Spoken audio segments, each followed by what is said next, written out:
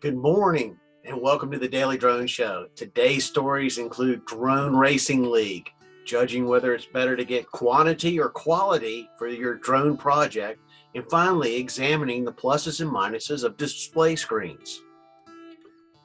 It's October 20th, 2021, and today in the news we're going to be talking about the Drone Racing League and Dragonfly launch a multi-year partnership and innovation lab. Now, the Drone Racing League announced a multi-year partnership with companies to research and develop next-generation drone technology. They are launching DRL Labs. This innovation hub will advance the sport of drone racing and other industries. It also includes humanitarian aid and mobility. Dragonfly and DRL engineers are going to work to develop new technical solutions within autonomy, next generation sensors, and artificial intelligence, with an aim to contribute their discoveries to disaster relief, transportation, and delivery spaces.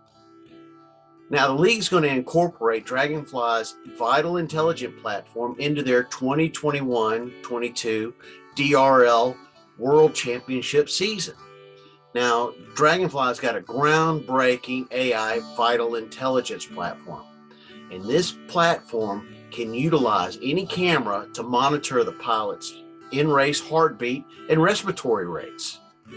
Now, driving new health insights around flying drones and bringing fans closer to DRL action than ever before is the goal.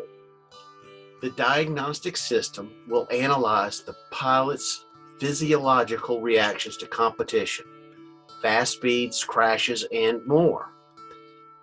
Now, the Drone Racing League will also release a Why I Fly series presented by Dragonfly, spotlighting the pilot's personal journeys into the drone flying during the 2021 season.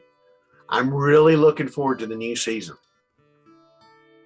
It's time to build 500 flights and counting. If you love construction and drones, then we got something for you. We filmed the construction of a residential home from both the ground and the air over a 10-month period. Let's see what's happening today. Today's episode is episode 12, Quantity versus Quality. Well, I discovered the fly-in is my favorite shot of the week. I knew I was going to take some fuzzy pictures, but the goal was quantity, not quality. I was hoping to have enough good shots to use later. My parcel of shots and videos began to increase, and from my command post on my deck, I could see the entire drone through the entire airspace.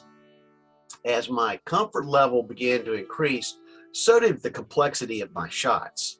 I began to add different camera angles to my shots, and this was a great day for flying.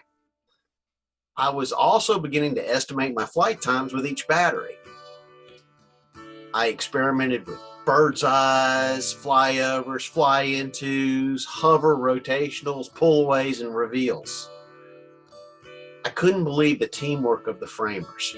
It was awesome to watch. I had a front row seat using the drone to watch as the house was built. And I was working on my shots and trying to document the entire process. And I didn't have as much time to really work on the camera. So I was developing small focus techniques, and I was actually using automatic focus a lot for both the ground and air because it was working. When the workers weren't there, I would work on my preset position for point of interest rotations from above. Now, I know you're asking what happened to that wheat straw. Well, a skid steer showed up and began to load it to haul it to the correct site 2 doors down the street. I wonder if anyone had to pay the consequences for the wrong delivery. My drone shots, I was adding back and forth movement and increasing the height and practicing on how to move my camera. Now, when you're a single pilot flying and filming at the same time, it can be difficult to develop smooth transitions. The great thing about continually working on the same shot, though, is that with practice, it begins to pay off with my other shots too. Today is Wednesday, and you know what that means. It's time for an equipment check. Today we're going to be talking about display screens, and I've used quite a number of display screens as I've been flying my drone. We're going to look at 4 different size display screens. We have the built-in display in the controller. We've got the phone. We've got a mini tablet, and we've got a regular sized tablet that we've used.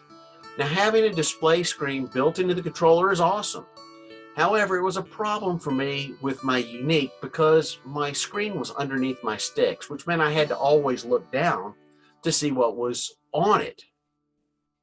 The phone is great because you always have a phone on you.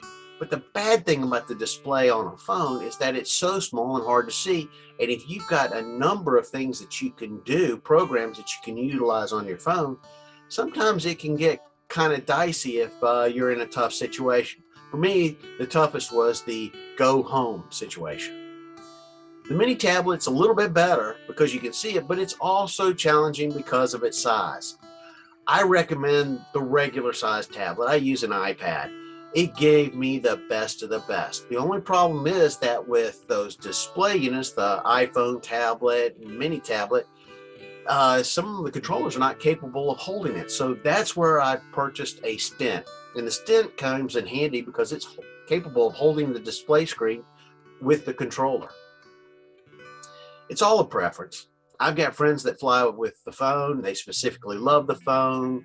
And I've got friends that fly with the tablet. For me, personally, I like the tablet. It works for what I need to do. And also, when I've got a whole variety of different programs that I'm launching through to film a project, I know I can easily access them. Well, thanks for watching the Daily Drone Show. Be sure to subscribe to get some more cool content. And on behalf of all of us at Drone Education Services, fly safe, fly often, and have fun.